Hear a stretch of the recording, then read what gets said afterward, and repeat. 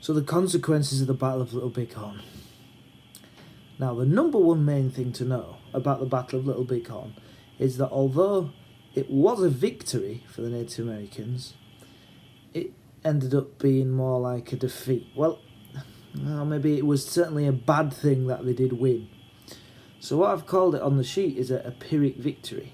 That's what that means. It's like it was a victory, but the cost of the victory was so big that really it was like a defeat. And that's what happened, because before this point, the Native Americans had been seen as maybe a bit like a nuisance to the United States of America. They were a bit patronising about it, and they tried to deal with the Indians, but they weren't like a huge problem, because almost like they were beneath the Americans. They'd send some army to go deal with bits here and there, but they weren't that big of a threat.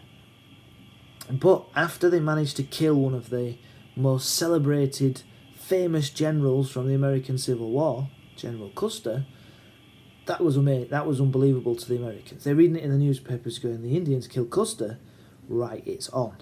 So they changed from limited war, which was like not all out, right, let's get them, to total war, which was get them. Yeah, you were basically told if you were Indian, if you are not on a reservation, you're hostile, and huge reinforcements were sent out to the west to try and deal with the Indian problem.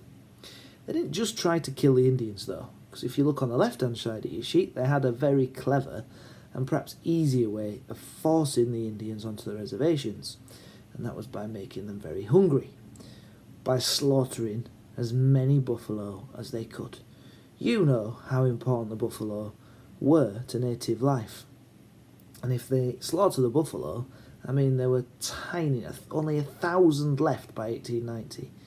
They're going to be hard to find for a start, and that's not going to mean the Indians are going to be able to use them to support their life, so they end up on the reservations.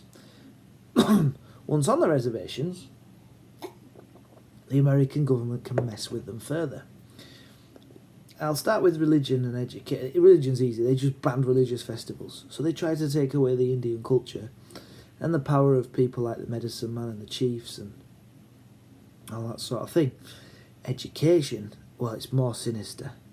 Because what they did is they forcibly took children, Native American children, and sent them to American boarding schools. Not with other Americans, with other Indian children, and basically taught them to not be Native Americans. Changed how they dressed, how they spoke. They weren't allowed to speak in their own languages, for example. They stayed there for a number of years, and then when they came back, they didn't fit in with their tribe. But they didn't really fit in with the rest of America either. So that was horrible. And you think the parents were going, no, you're not taking them. Well, they did. But all the government would do was just say, or the Indian agency on behalf of the government that was in control of the reservation would say, if they don't go, you don't get rations. And neither do they. So it's basically send your children or starve. Now the big one, it's named in the spec, is the Dawes General Allotment Act. Because even on the reservations, it was like the reservation was given to the Sioux tribe, and this reservation to the Cheyenne tribe, and this reservation to the Crow, and this reservation to the Arapaho, and all the different tribes of the reservations. And it was up to the chiefs and the tribal leaders to decide who went where and who dealt with what land and who farmed what. So the Native Americans had to go and speak to the chiefs and the tribe elders if there was any issues with what they were farming. The Dawes General Allotment Act changed all that, because with that act, the individual Native American was allowed to buy land on the reservation that they owned themselves, not the tribe, in name. Their name would be on the land and they could control it.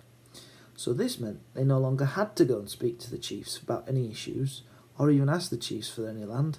They could have it their own. And so that broke down the power of the chiefs and the tribe structures. And also, if there was any land that was unsold, then they would sell them to people who weren't Native Americans, so it reduced the size of the reservations, and some white settlers conned the Indians, because the Indians didn't really know, they didn't have the experience on this, so they would pay them a lot less for land that was worth more than what they'd paid for them. So if an Indian goes and buys some land and a white man come along and lean some pressure on and give him what he said was a good price, and the Indian would take it, and they'd been conned, taken advantage of, if you like. So there's just some consequences of the Battle of Little Bighorn. It was like the Americans went, right, that's it now. It's on. So, do your best at answering the question. Like I said, there's no obligation to finish it. We will pick that thread up when I return and teach you on Wednesday. And there we go. Thanks for listening.